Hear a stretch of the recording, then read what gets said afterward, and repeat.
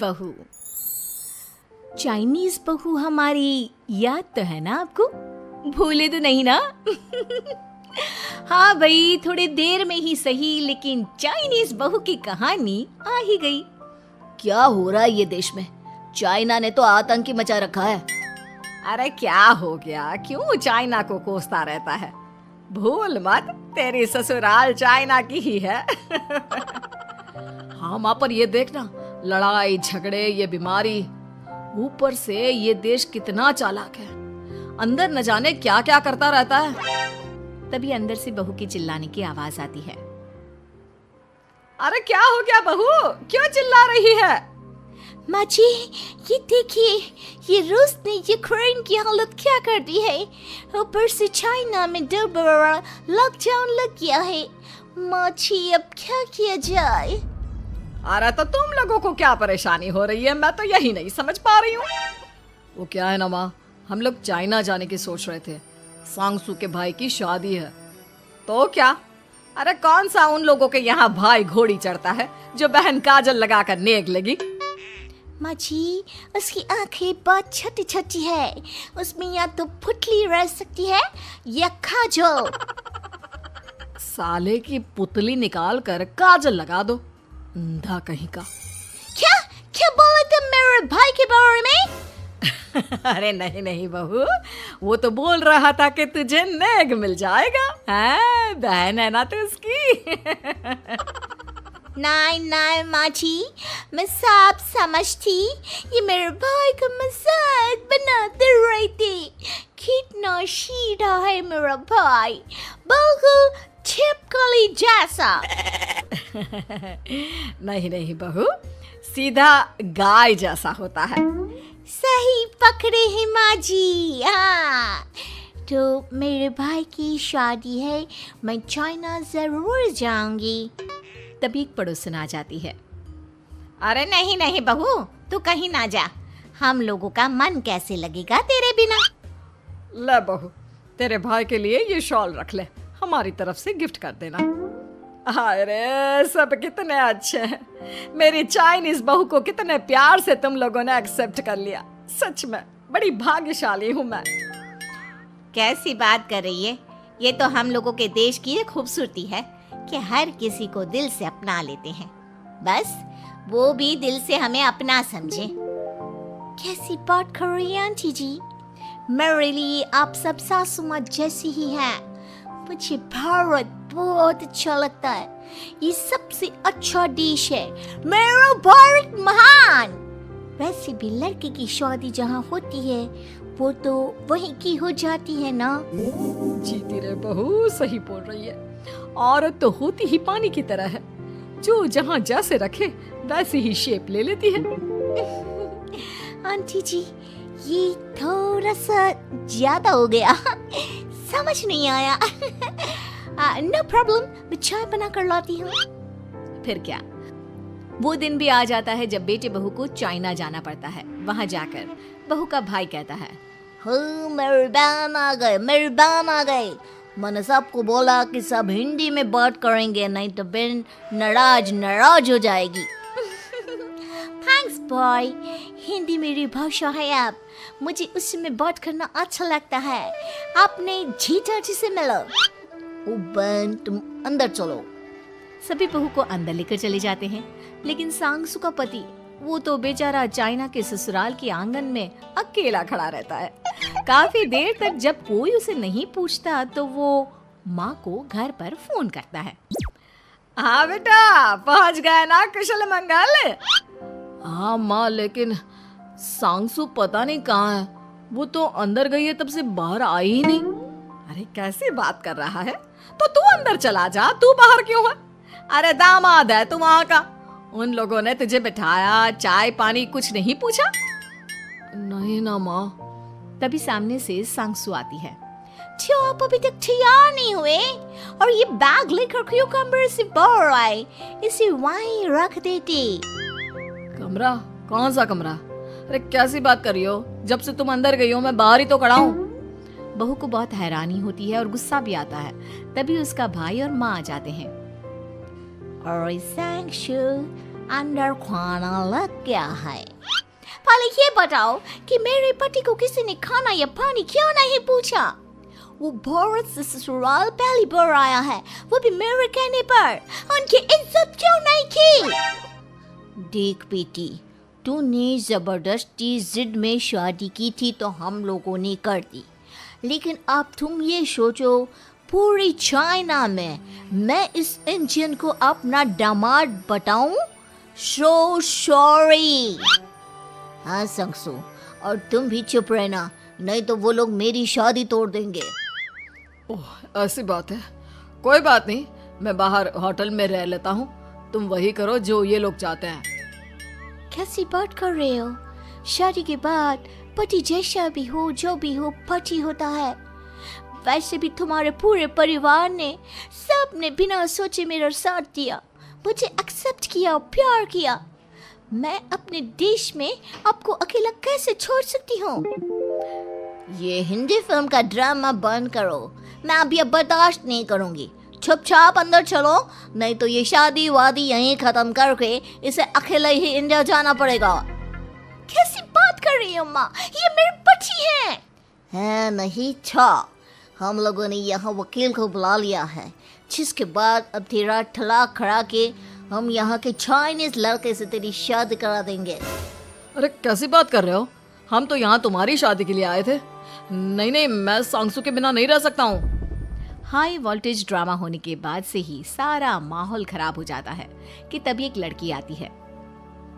मैंने सारा इंतजाम कर दिया है, सांगसू की शादी का मंडप परसों लग जाएगा। तब तक इसके पति को कमरे में बंद कर देते हैं। सभी सांगसू के पति का हाथ बांधकर उसे कमरे में बंद कर देते हैं। ये क्या कानूनी है? आप लोग मेरे पति के साथ ऐसा नहीं कर सकते हैं। मैं किसी से शादी नहीं करूंगी, ये साफ बात है। पहले मैं अपनी शादी करूं, फिर तेरी भी शादी करवा दूंगा। सब कुछ तय हो जाता है, भाई की शादी हो जाती है। फिर वो दिन भी आ जाता है जब सांगसू की शादी वो लोग जबरदस्ती करने के लिए उसे मंडप पर ले जाते हैं। ऐसा मत करो, ये मेरी बीवी है।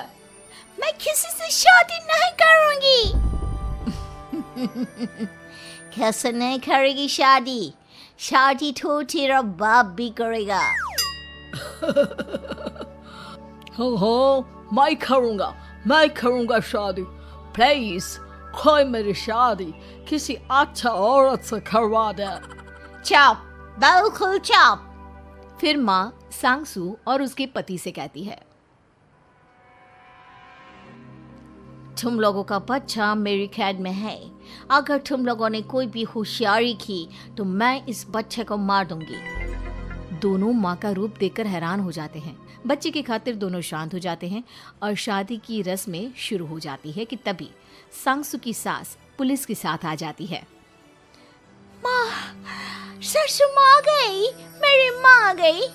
माँ प्लीज हम लोगों को बचाकर वापस ले चलो। पुलिस सभी को गिरफ्तार कर लेती है। बेटी के बच्चे को मारने की धमकी तो कोई चुड़ैल ही दे सकती है। अरे तो ये चुड़ैल ही तो है। ये सही बोल रहे हैं, ये औरत किसी चुड़ैल से कम नहीं है। तभी उन लोगों का बच्चा भी आकर सांगसू के गले लग जाता है।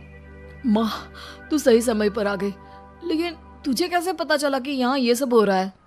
बेटा, ये चाइनीज लोग ना होते ही धोखेबाज हैं। इन लोगों पर मुझे भरोसा नहीं था, इसलिए मैंने तेरे फोन को हमेशा के लिए मेरे फोन से अटैच कर दिया था, जिससे तेरे आसपास होने वाली सारी बात मैं सुनती रहूं। उस दिन भी मेरी तेरी बात हो रही थी तो तेरा फोन ऑन था, मैं सब समझ गई थी। मुझे माफ कर दो। नहीं, बिल्कुल नहीं।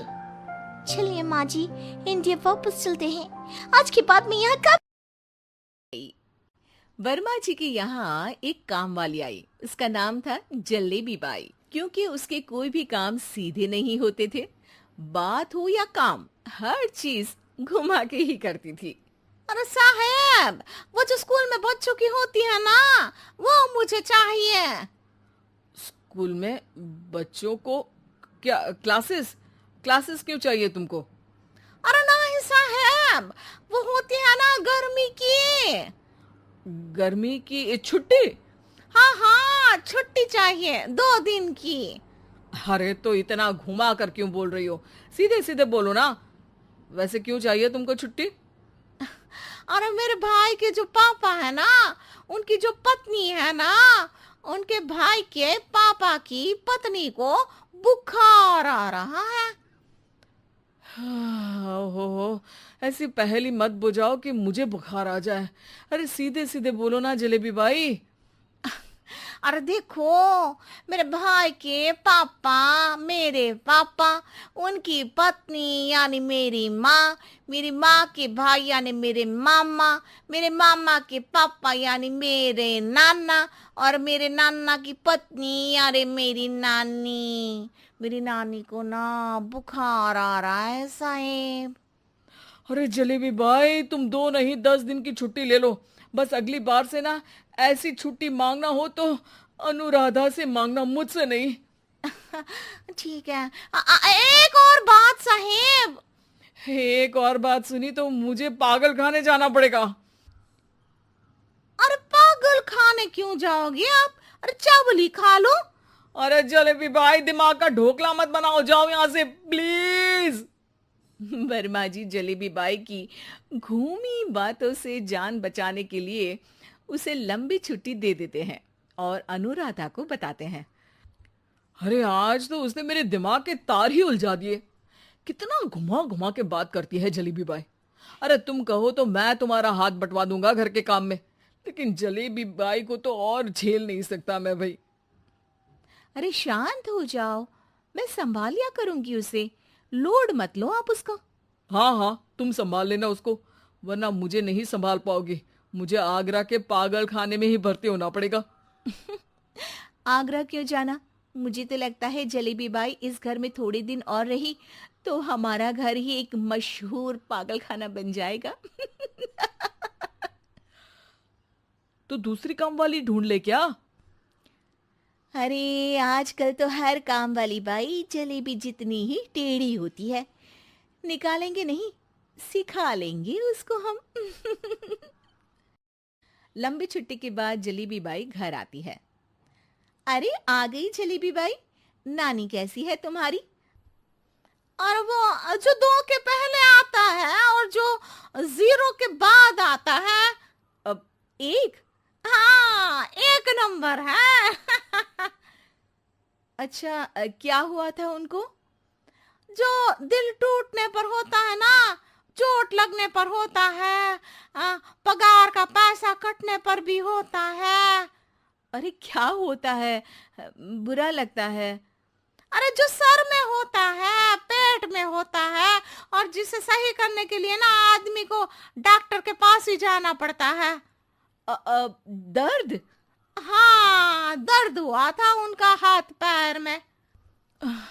अच्छा, बस मेरे दिमाग में दर्द होने लगा तुम्हारी जलेबी जैसी बातें सुनकर।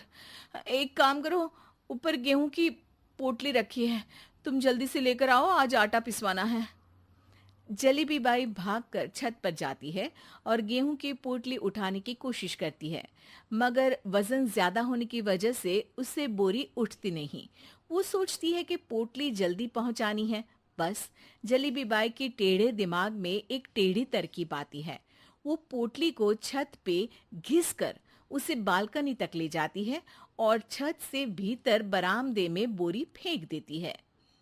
लो जी लो, हो गया जल्दी जल्दी काम।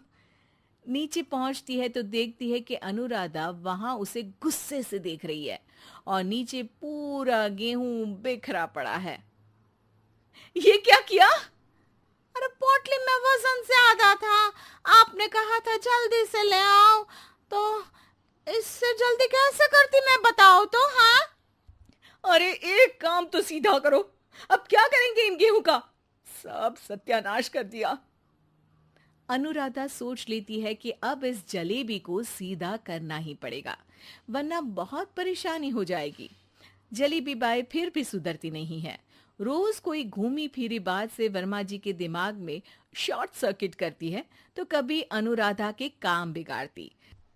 जैसे कमरे में झाड़ू लगाने का कहने पर कमरों की दीवारों पर झाड़ू टांग के कहती, लगा दी कमरे में झाड़ू। देखते ही देखते ये महीना खत्म हो जाता है। अरे दीदी पैसे दे दो ना। पैसे तो नहीं है। पैसे नहीं है का मतलब? पैसे तो होते ही है ना घर में। अरे भरोसा नहीं है तो पूरे घर में ढूंढ के बता दे कहाँ पैसे हैं, मिल जाएगी तुम्हें। अबे ढूंढ के लाई मैं। जलेबी जल्दी से अनुराधा का पर्स लेकर आती है। अरे इसमें है ना पैसा। अरे मुझे तो नहीं दिख रहा। अरे दीदी है ना 2000 का नोट। अरे तो वो तो 2000 रुपए हैं, पैसे तो नहीं है। अरे दीदी दे दो ना, जल्दी घर जाना है, आज मेरी तारीख है। अरे पक्का आज तेरी तारीख है? हाँ दीदी आज मेरी तारीख है, आज ही तो पगार लेती हूँ ना मैं। देखो आज तो 1 तारीख है, तेरी तारीख तो है नहीं आज। अरे दीदी दे दो ना, घुमा क्यों रही हो इतना? अच्छा कितनी पगार है तुम्हारी? 5000, आप ही ने तो तय की थी। 5 मतलब जो 4 के बाद आता है और 4 के पहले। हाँ हाँ दीदी। 5 वही जो 3 में 2 जोड़ के होता है। अरे हाँ दीदी हाँ। 5 वही ना जो 10 में से 5 घटाने पर होता है। अरे दीदी मैं समझ गई, अब आपको कभी नहीं घुमाऊंगी। प्लीज जल्दी से पैसे दे दो ना, सारी।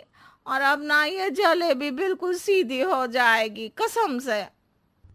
जलेबी बाई की अकल ठिकाने आ जाती है।